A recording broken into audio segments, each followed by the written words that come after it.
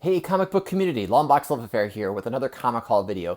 This time, my comic shop reopened after the COVID-19 pandemic. So, as most of you have probably experienced, shops were closed, doing curbside pickup, or some variation of that. My main LCS, local comic shop, was closed for maybe a couple months in 2020. Then they started doing mail service for any of your weekly comic books.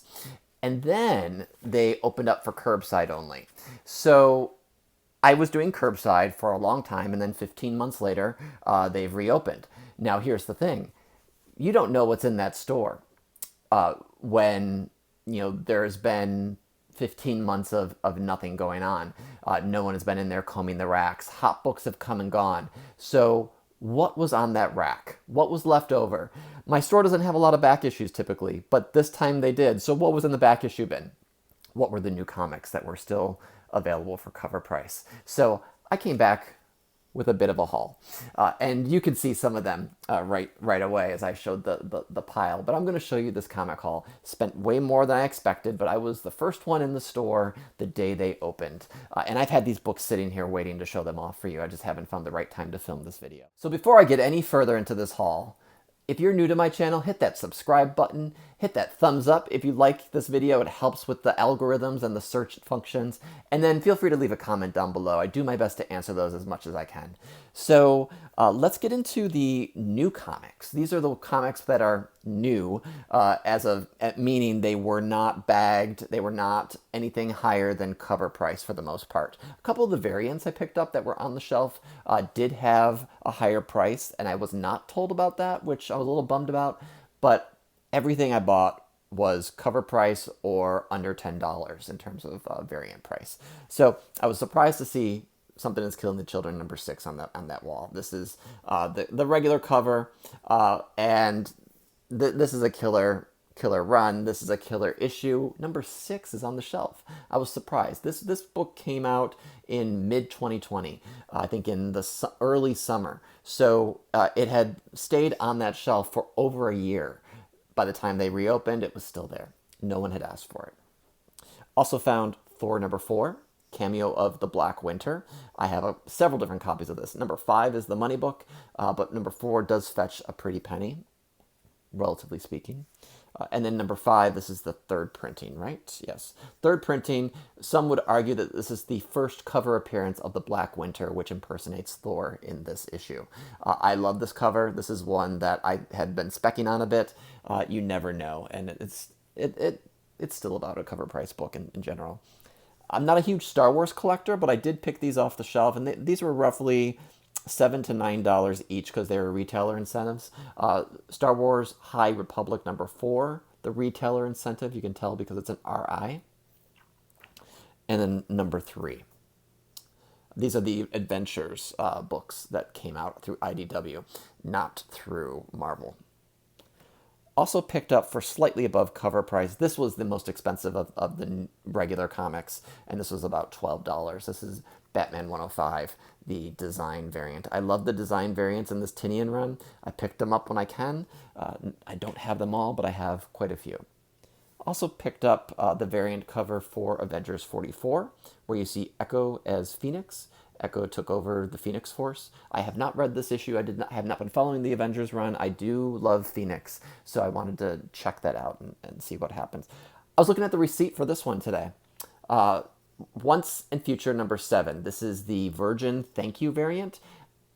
I looked at the receipt and I saw a 0. So because this is a thank you variant, they didn't charge me anything. I think this might be my second copy. It's a nicer copy than the one I have. But I got this book for free, which was really a nice gesture. And I'm a huge fan of this run. This run and Something Is Killing the Children for Boom are ones I really enjoy. A couple of other variant covers. Batman 108, we got Miracle Molly, the penciled cover, which is astounding, beautiful cover. And then also picked up the pencil cover for Joker #2. And this is the first appearance of Bane's daughter, I believe, if I'm not wrong. I could be wrong. No, Bane's daughter's in it. I've never picked up a bad idea book. I think they're a bad idea. But Wellsville, Whalesville, I picked up. This was the only one they had on the shelf, so I thought I would give it a try. It's in minty condition. I figured I'd just hang on to it and see what happens. There's very little risk involved with that. I'm a big Tradmore fan, so I picked this issue up. It's number 1 of the Ultra Mega. I've been reading this book as a recommendation. I've been seeing people on Instagram talk about it. This is the Tradmore variant, non-color cover, just the pencils. So I have the second print, I have the regular Tradmore, and I have this one. I just thought I'd pick this up for cover price. It only goes for about $1 over cover anyway.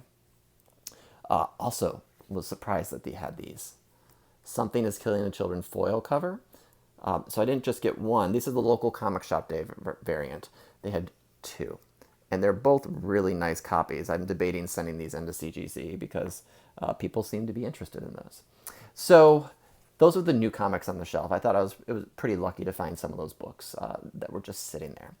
The next 5 books are ones that were in the back issue bins or on a wall.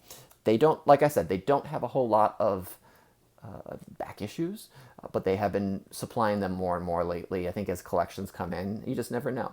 So picked up Batman 93, the designer variant, the designer variant.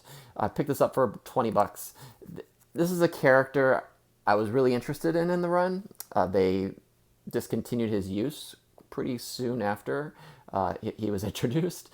So I'm curious to see if they're going to ever bring him back. I'm not convinced he's gone. So this is a little bit of a spec on my part. So for $19. And what I should also say is I get 10% off at my LCS. So all of my regular books were 10% off, and all of these were 10% off. Picked up Avengers 186. This ties into the WandaVision show. I picked this up for $4 minus 10%. So that was fortunate. This book has been exploding. Picked up Avengers 144, first modern Hellcat. Patsy Walker, I believe that is her name. So this is one I had in my collection a while back.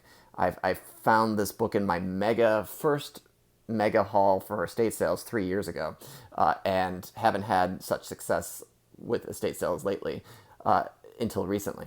But it was a beater, so I sold that one and I got this one. It was $40, but I got it 10% off. So it was nice to have about $4 off of the price.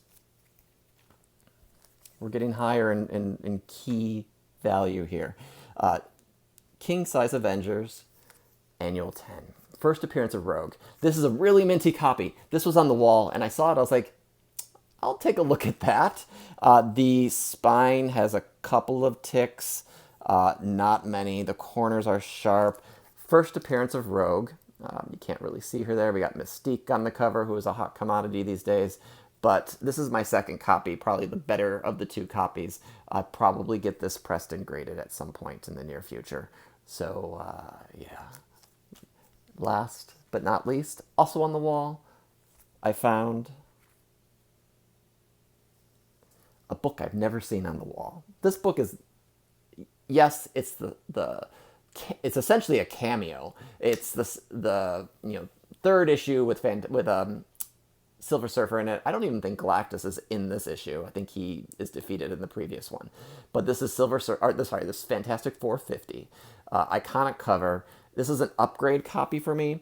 The browns on my original copy were all sort of crinkled, and I was excited that this was a better condition. So I've been slowly upgrading. My Fantastic 448 I picked up at a convention not too long ago, and that's an upgrade copy, even though it has a large 6 on it. And hopefully it's unrestored, because my original copy is restored. So this Fantastic 450 is a second issue for me, but hopefully an upgrade for me. What did I pay for it? So it was listed for $300 on the wall. I hemmed and hawed. They took it down to $250 for me, minus 10%. So I paid $225 for this book, which I think is a pretty good deal. You can't really touch these mid-grade Fantastic Four 50, 48, 49 issues, even 52, you can't touch them for a decent amount of money. So even though this is the lesser of the Fantastic Four or Silver Surfer issues, I'm happy to have it. And I'm a big fan. I'm a big Silver Surfer fan, and I'm a big key collector fan with some of these key appearances. So was happy to find this on the wall. So that's my haul. Let me know what you think. Have you gone into your LCSs if they were closed and found any gems? Let me know what you found. I'd be curious to see what was still on the wall there because you just never know. If collectors aren't hunting and the stores have been closed, but they're still getting inventory, you just never know what's going to be there. So that time has now passed. All these stores are reopening, thank God, and we're able to get back to normal. But I still got these key comics. I'm excited about the haul. Hopefully you are too. So like I said, if you're new to my channel, hit that subscribe button. Thumbs up if you like this video. Appreciate you watching. Take care, and I'll see you next time. All right, bye-bye.